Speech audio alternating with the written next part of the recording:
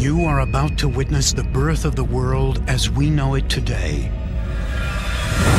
Born from the fires of a horrific extraterrestrial attack.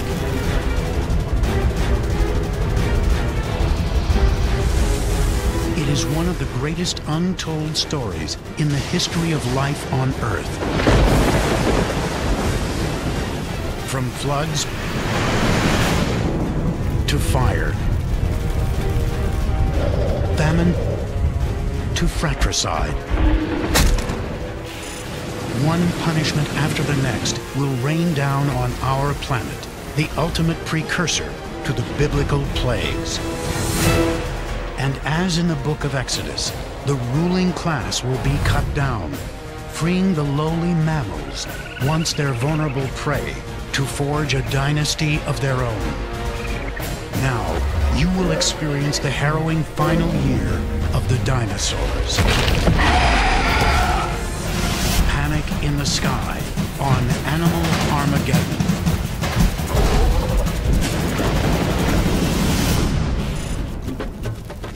This world ever was and is and shall be ever-living fire. Heraclitus, 6th century BC. 65 million years ago, a world was destroyed when a 6-mile-wide asteroid struck the coast of Mexico's Yucatan Peninsula.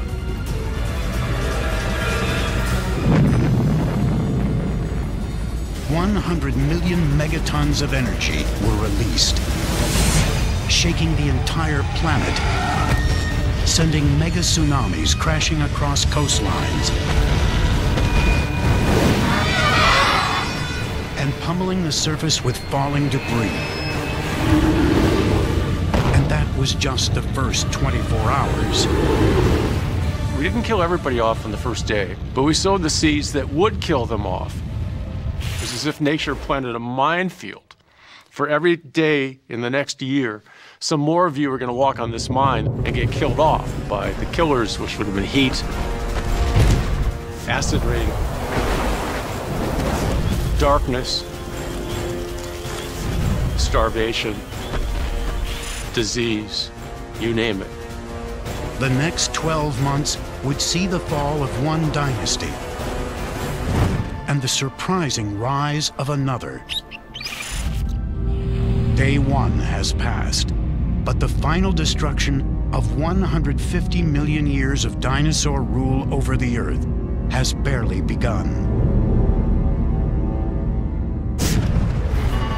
Day two. From space, Earth looks like an alien planet with rings of debris that will linger for years. Not a single corner of the globe has been spared. Red-hot meteor fragments thrown into space by the impact rain down from the sky. They start fires wherever they hit. The land is trapped in a raging, unstoppable, all-consuming inferno. Everything would be on fire. Fires would be starting up all over the place. The entire world would be going up in a conflagration, and so the animals have no safe place to go.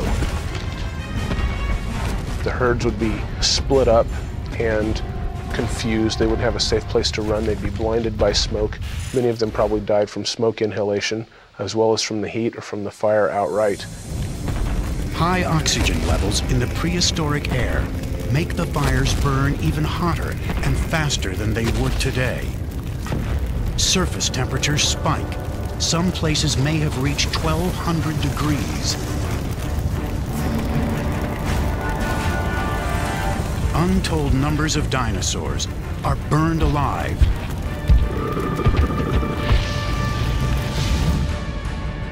North and South America are hit hardest, with fires so intense they are whipped into giant storms of smoke and flame. Fires create their own problems. They create winds because you've got hot here and cool here. Well, that cool air is going to rush into that fire, and you start getting these winds themselves that are sucking air into that fire. And fairly soon, The entire continent, as far as we can tell, is on fire. But even in these killing fields, there are a few survivors. In what is now Alaska, our humble ancestor, the small mammal Purgatorius, scrambles for shelter in the raging firestorm. This small creature is a proto-primate, believed to be a precursor to today's primates. On the outside, it looks like a small rodent, but its teeth are shaped much more like our own than those of a mouse or rat, leading scientists to believe that Purgatorius helped give rise to modern primates. Everything from monkeys to gorillas and even human beings.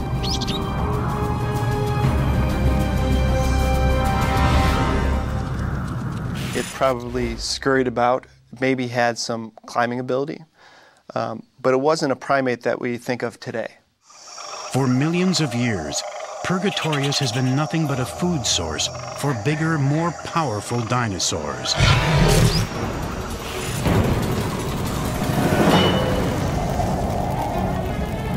Will they be able to survive the next 12 months and reach the promised land?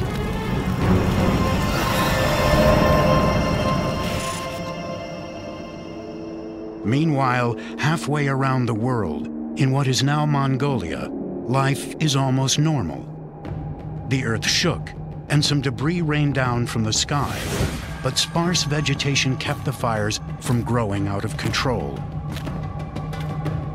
These creatures have no idea what is about to envelop them.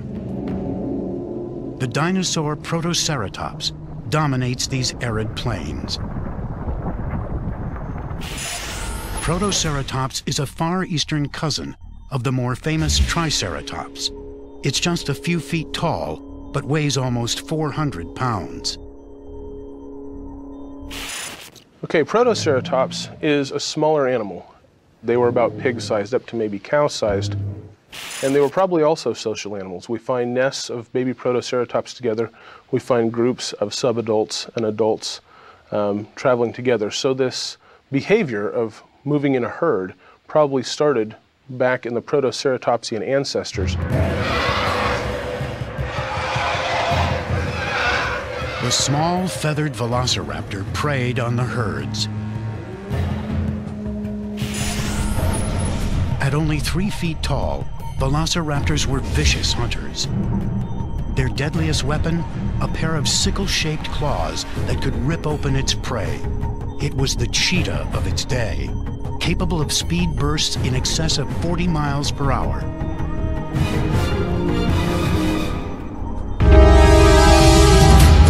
But Protoceratops don't go down as easily as a gazelle.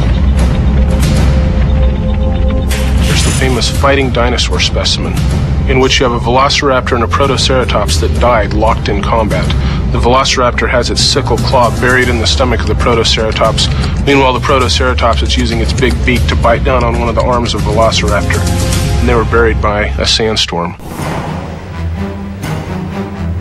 Velociraptors have harassed herds of Protoceratops for years.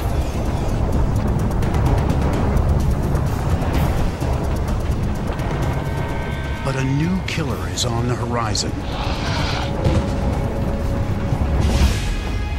As the world continues to burn, Mongolia will soon be touched by disaster.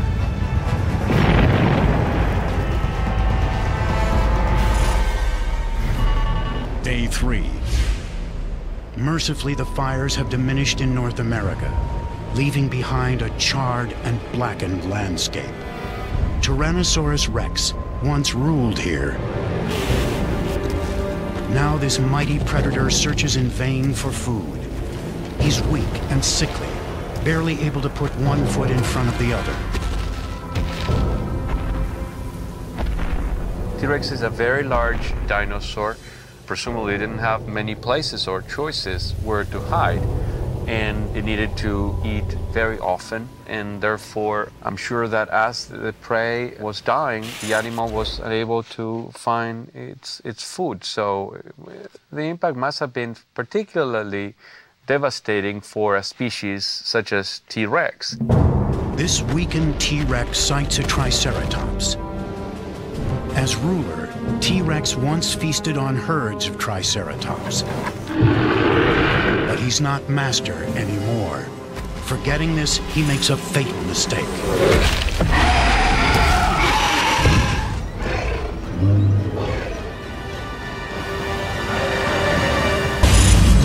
The chain reaction of disaster marches on. As one cataclysm tapers off, another rushes in.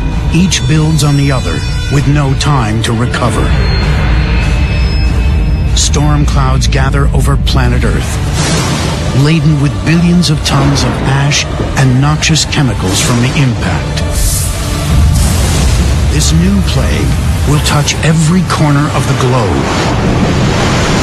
The mass extinction is just getting started. Death, like birth, is a secret of nature. Marcus Aurelius Antoninus, 2nd century AD.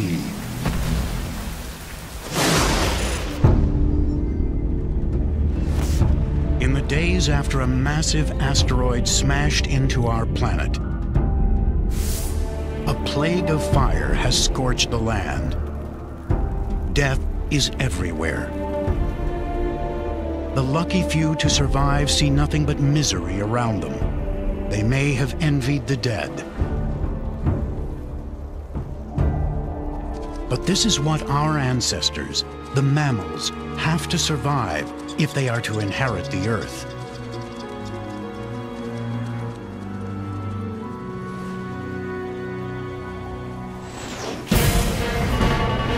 It's still only 3 days after impact. You're witnessing the beginning of a new lethal plague, one that will brutally kill even more dinosaurs throughout the globe.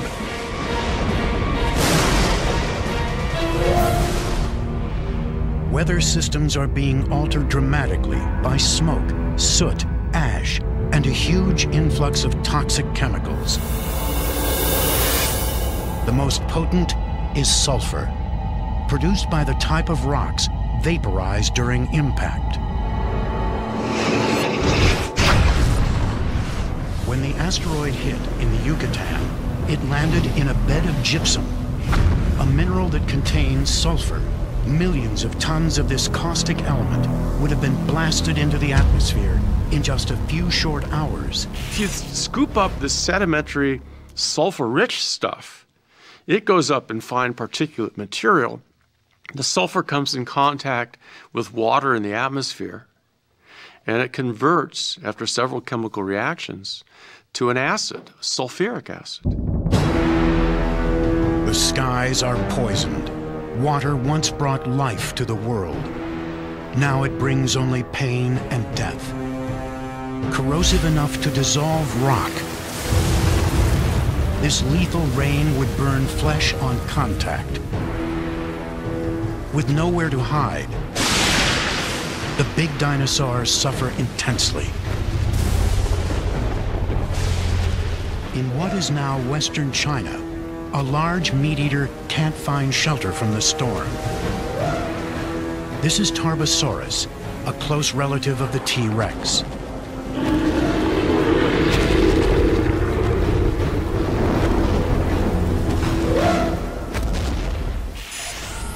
Tarbosaurus is just under 40 feet long, a little smaller than T-Rex. 60 banana-sized teeth line its powerful jaw. In the days before the disaster, Tarbosaurus stalked these wide river valleys and plains with impunity. Not anymore. The acid rain comes down in sheets, torturing the dying beast. Within days, the lethal monsoons will drive this animal into extinction. The animals that Tarbosaurus once preyed on should be flourishing with them gone, but they aren't. Their prey, the titanosaurs, are a type of long-necked sauropod and the last in a long lineage of dinosaurs stretching back 150 million years. The long-necked dinosaurs, the giant sauropods, were the largest animals that ever lived on land. And they were really diverse and successful in North America in the Jurassic. Titanosaurs could be found on every continent, all over the globe. Some were over 100 feet long, almost 10 times bigger than an elephant. In better times, the herds wandered constantly, always searching for lands that could sustain their enormous appetites. This wide variety of plant life that dinosaurs ate on a daily basis can still be investigated in our time. Near Rame, North Dakota, in the United States, the sediments left behind by an ancient stream bed still preserve many of these plants. Some more there. That's really nice. Look at that one. Their impressions are clearly visible when the rocks are split open. It's the richest assemblage known in the world right now. It produces 103 different types of plants. About 85% are extinct. The others are ancestral to modern plants like the sycamores, the magnolias, the laurels, and some of the sequoias that can also be found here. Upon closer inspection, the whole ecology of this late Cretaceous floodplain becomes clear. These leaves are known to preserve insect damage, and you can see some on this one here, Dave. Oh yeah? Notice the little holes that are in here? Yeah, those are actual leaf remains that bear insect damage from the insects. Quite a lot of insect damage. So it shows that the insect population was still robust at this time as well. By studying these leaves, scientists piece together the daily life of the dinosaurs. Very large sauropods were probably pushing in several hundred pounds of plant material a day. That means they had to be pushing out several hundred pounds of something else at the other end. And if you have a herd of these animals that weigh 15 or 20 tons, and they're all making hundreds of pounds of poop every day, there's probably a whole ecology of dung beetles and plants and fungi and little animals that took advantage of those raw materials. Long-necked sauropods were once the most plentiful dinosaurs on Earth. Now acid rain has eaten them alive. Like so many other large dinosaurs, they simply can't take refuge. Along with Tarbosaurus, the disaster will soon drive their prey, the sauropod, to extinction too. All over the world, deadly storms kill without mercy. In North America, huge acidic floods will scour an entirely new landscape. Before the extinction, we were dealing with this nice forested coastal plain. After the extinction, those forests appear to be gone. And what appears there instead are massive, extensive floods.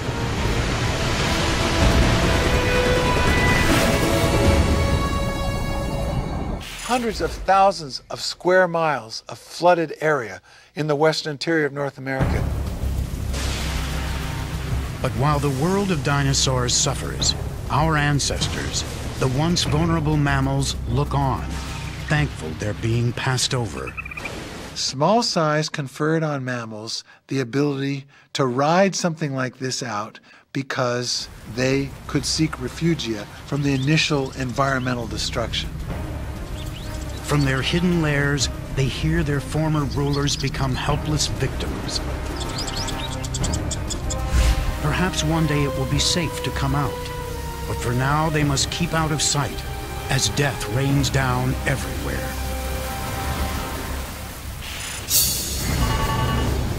Day 4.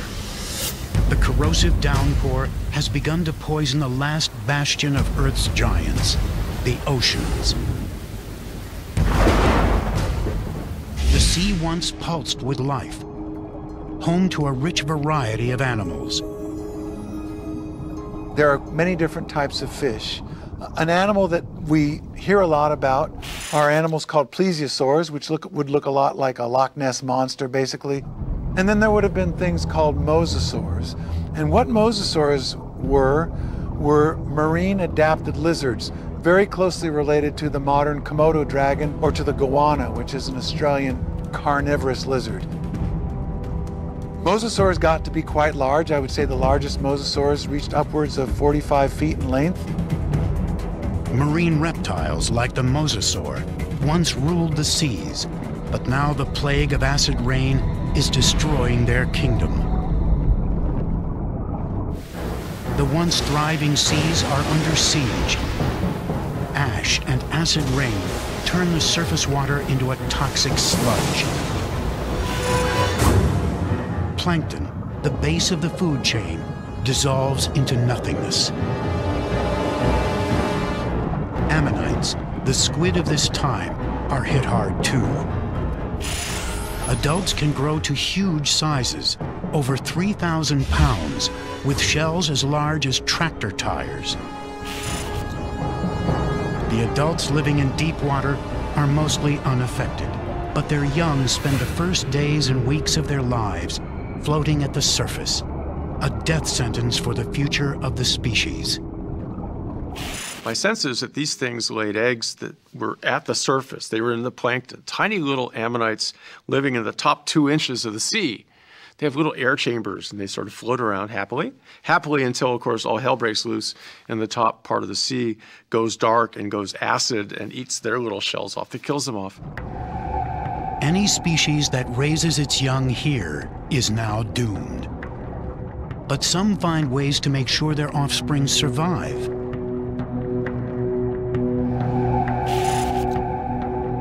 Sharks will make it through this massacre.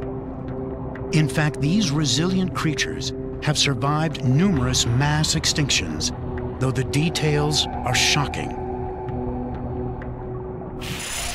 Many sharks give birth to live young, but some play host to interuterine cannibalism. While still in the womb, the shark pups actually prey on each other, ensuring only the hardiest survive.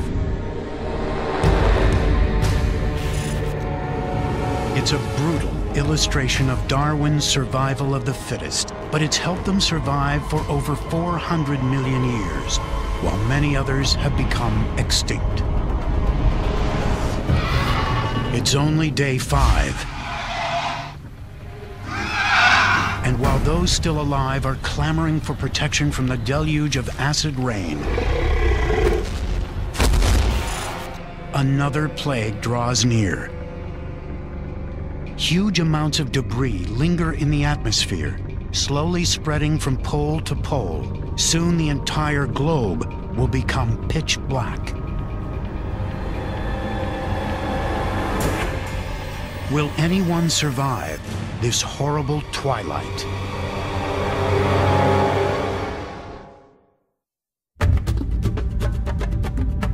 Universal darkness buries all.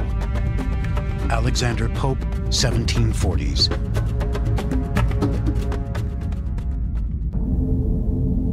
An asteroid impact has wreaked havoc on planet Earth.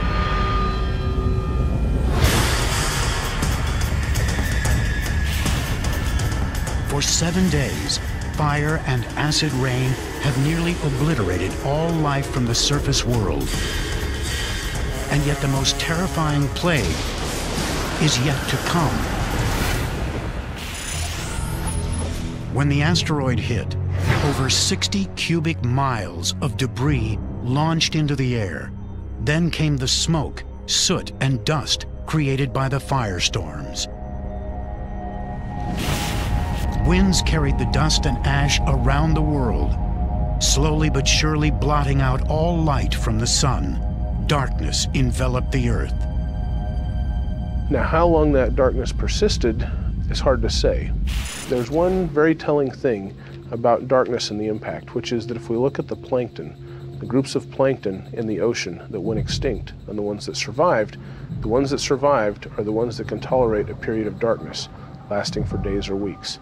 And the ones that went extinct are the ones that need relatively constant sunlight.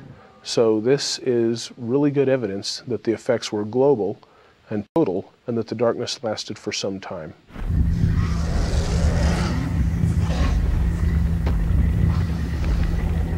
What we can tell about dinosaurs is they were very visual animals. We do know that. We know that they didn't have particularly good senses of smell, and we know that they had reasonably good senses of hearing. So you're dealing with animals that depend upon hearing and sight for their behavior. And now someone shuts out the lights. For the dinosaurs, it is a terrifying new reality. Even at high noon, it felt like midnight. To see anything other than the dark abyss, you'd need night vision goggles.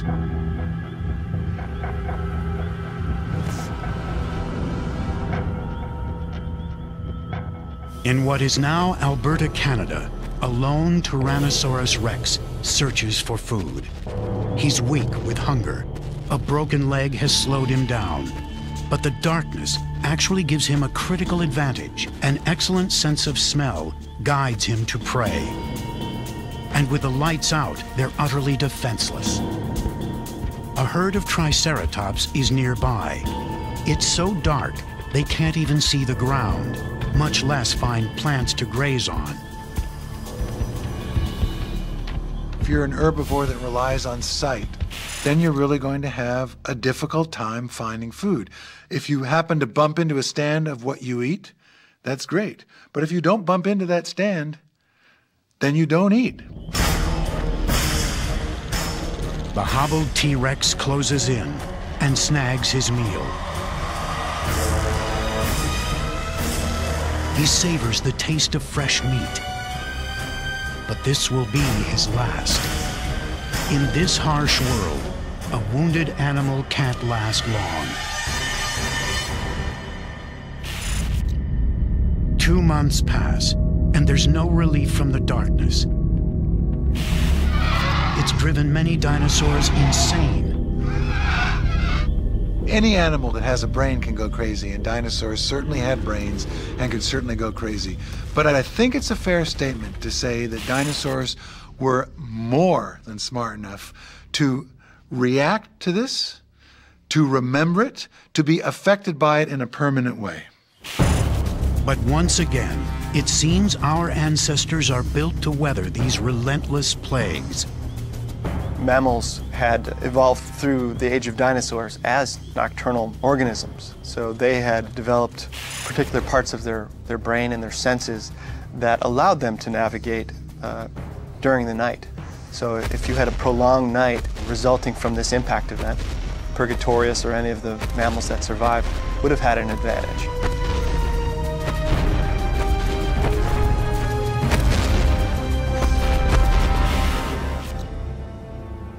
As permanent midnight drags on, any vegetation spared by the fires now wilts in the darkness.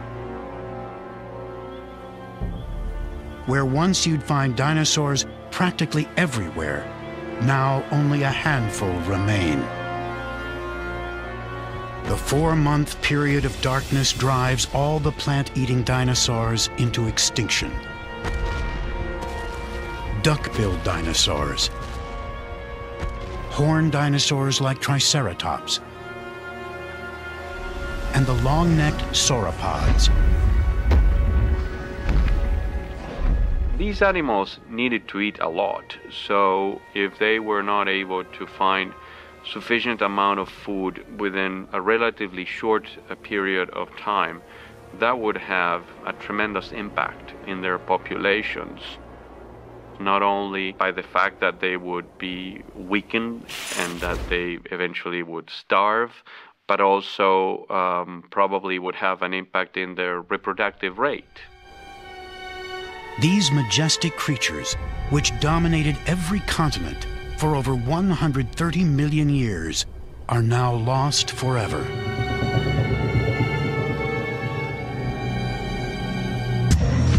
The only thing that remains of these incredible creatures is their fossilized bones. One such skeleton is buried in the Badlands of North Dakota. The site here is physically located about 15 meters below the KT boundary. And it's in a mudstone that represents the floodplain deposit. And so this represents a dinosaur that was washed either onto or died on the floodplain. And what we have is that this articulated skeletal remain. Here we have a rib, pretty much the center of the rib cage, so we have the center part of the animal. It takes many months of sometimes back-breaking labor to unearth an entire dinosaur skeleton, but the hard work pays off. Each fossil uncovered deepens our understanding of the ancient past and our own place in the history of life. Some sort of like small plant material in there. 4 months after the impact, the sun begins to peek out of the gloom. The picture it reveals is not pretty. It's a shattered landscape, deformed and desolate. Just when it seems the worst is over, another plague is about to strike. Lethal, bone-chilling cold. Life on Earth is already hanging by a thread. How much more can it take before the whole planet succumbs?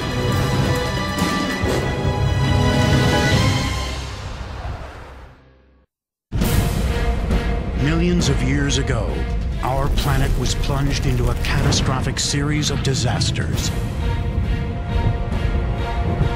Fires swept the globe. Acid rain poisoned the land, and a 4-month plague of darkness virtually wiped out all plant life. And that wasn't all. Now, beleaguered survivors throughout the world face a new tormentor. Bone-chilling cold. Even though the sun is shining now, the glacial temperatures are here to stay. The heat of impact produced vast quantities of sulfur dioxide. This invisible gas allows light to pass through, but absorbs heat, a kind of reverse greenhouse effect. An icy impact winter takes hold of planet Earth.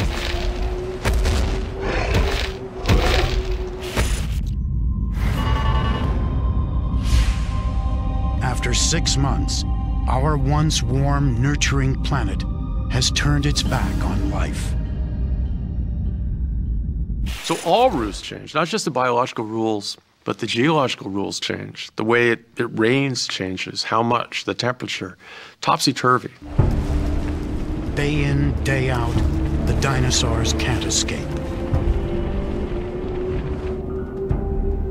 I think it's fair to say that dinosaurs probably could survive a drop in temperature a little more than we might at first expect that they could.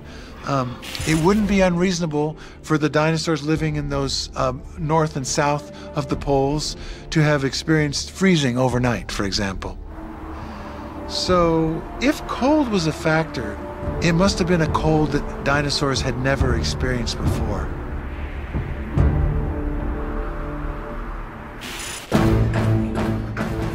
In what is now Mongolia, the landscape was once green and lush. Now it is an endless wasteland, dusted in acid snow, tinged pinkish red by the fallout.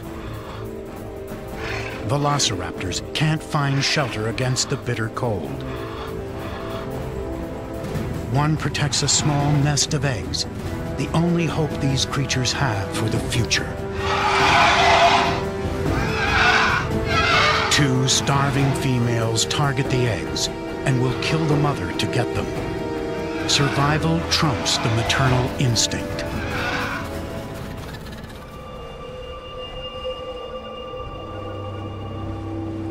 Their bellies will be full for now, but by killing the next generation, they only make it easier for their species to go extinct.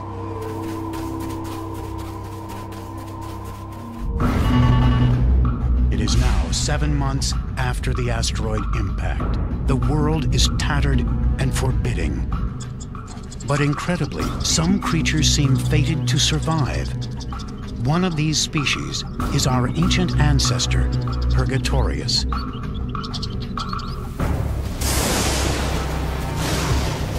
Cozy burrows insulate the little mammals from the bitter cold outside. And when it comes to food, Purgatorius is hardly finicky. Mammals could be described as being scavengers. They weren't picky eaters at that time. And they probably needed that generalist type of behavior in order to survive any sort of catastrophe that came with that impact event. A good modern generalist to use as an analog for mammals would be an opossum. You wouldn't really call an opossum a herbivore, you really wouldn't call it an insectivore, you wouldn't call it a detritivore, you'd call it an animal that eats what it can. And so our ancient ancestor sustains itself when most other life is being snuffed out.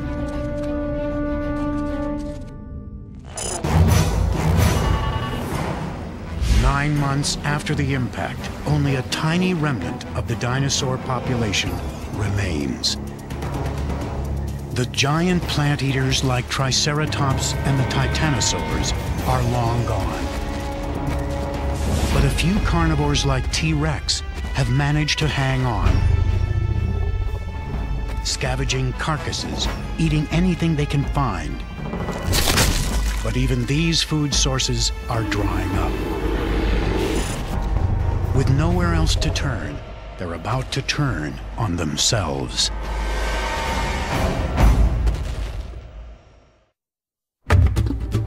What once sprang from the earth sinks back into the earth. Lucretius, 50 BC.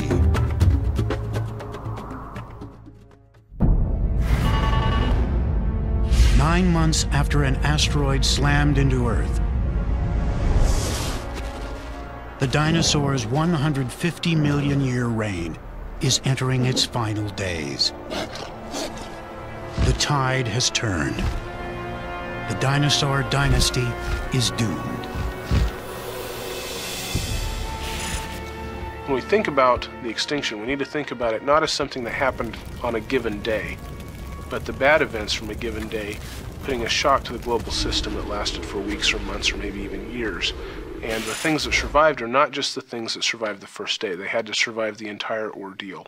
So the bad stuff keeps happening for a long time. The final plague and the ultimate sign of their desperation is fratricide.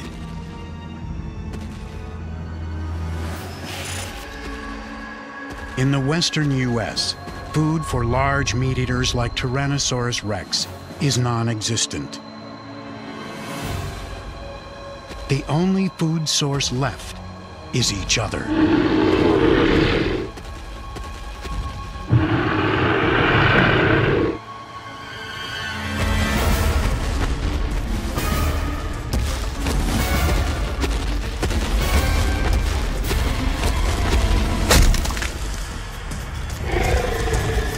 Cannibalism drives the hopeless final act for Tyrannosaurus rex.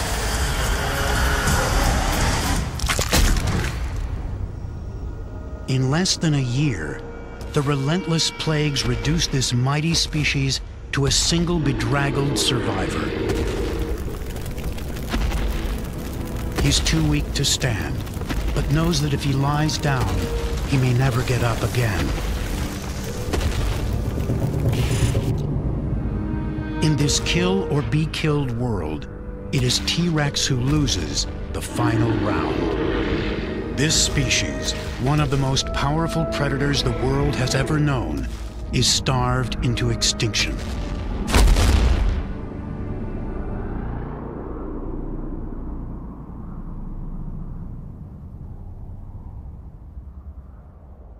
Extinction is more than the end of something with a long run in the past. Extinction is murdering everything that would have gone into the future. And extinction is more than killing that species, because that species likely would have given rise to another species, which would have given rise to some other species, which could have given rise to something else. In just 1 year's time, our entire planet is nearly drained of life. Every dinosaur is now dead. Along with them, the marine reptiles like the mosasaur, In fact, the seas are virtually empty. Just a few species of fish and sharks remain. Winged reptiles called pterosaurs are wiped out as well. Anything bigger than, say, a raccoon, up to a dog-sized, anything larger than that, died out. The smaller you were, the better chance you had, but even among the small, it was a lottery. 1 out of 11 mammals survives in the Montana region. That's pretty phenomenal. I mean, that's 11 of you and 10 are dead. That's terrible odds, except let's think of the dinosaurs, all dead. So 1 out of 11 sounds pretty good, really, if you're faced with complete extinction. In the end, nearly 70% of all species on Earth are driven into extinction. But this figure masks the severity of this catastrophe. The actual number of lives lost is incomprehensible.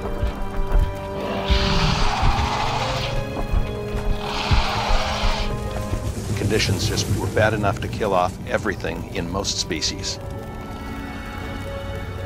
But a lot of surviving species might have gone from millions of individuals to a few dozen bedraggled survivors hanging on just by the skin of their teeth.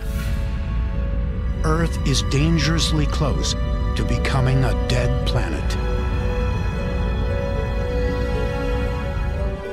Among the ashes, a single question remains. Did the angel of death pass over enough animals for the world to live again?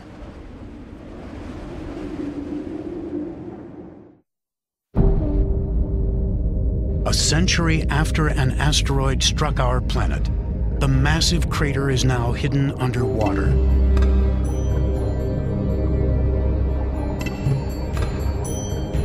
But these are still lifeless seas. The big marine reptiles are gone, most of the fish are gone, most of the plankton is gone. We go from this fabulous, rich, diverse world to a biological desert. The land dwellers rebound more quickly. With the former masters of the planet wiped out, the survivors no longer have to worry about getting eaten, and their populations quickly multiply. There are lots of little mammals because suddenly nothing's forcing them to stay in their burrows. There aren't packs of little dromaeosaurs, and there aren't little baby tyrannosaurs running around trying to scarf them up all the time.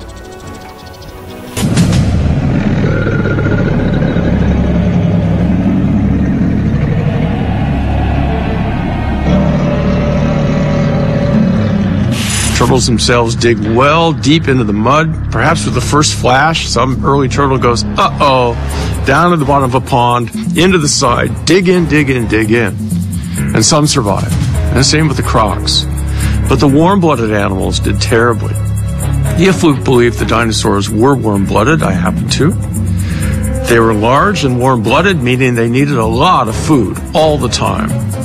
You cannot really hibernate well if you're a warm-blooded.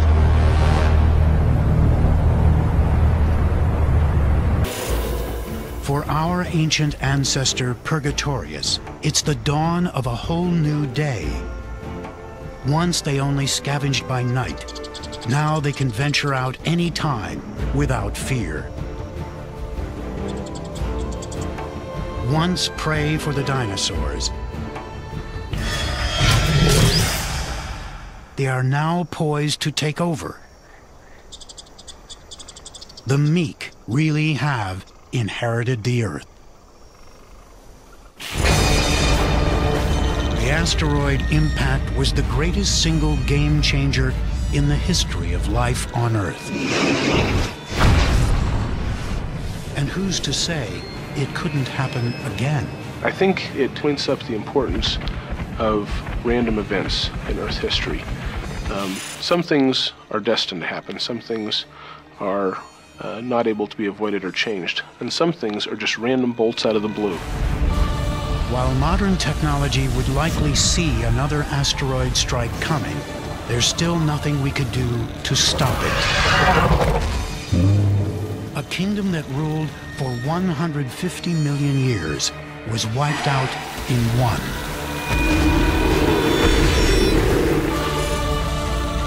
Could humanity survive a similar catastrophe? Perhaps it's a question best left unanswered.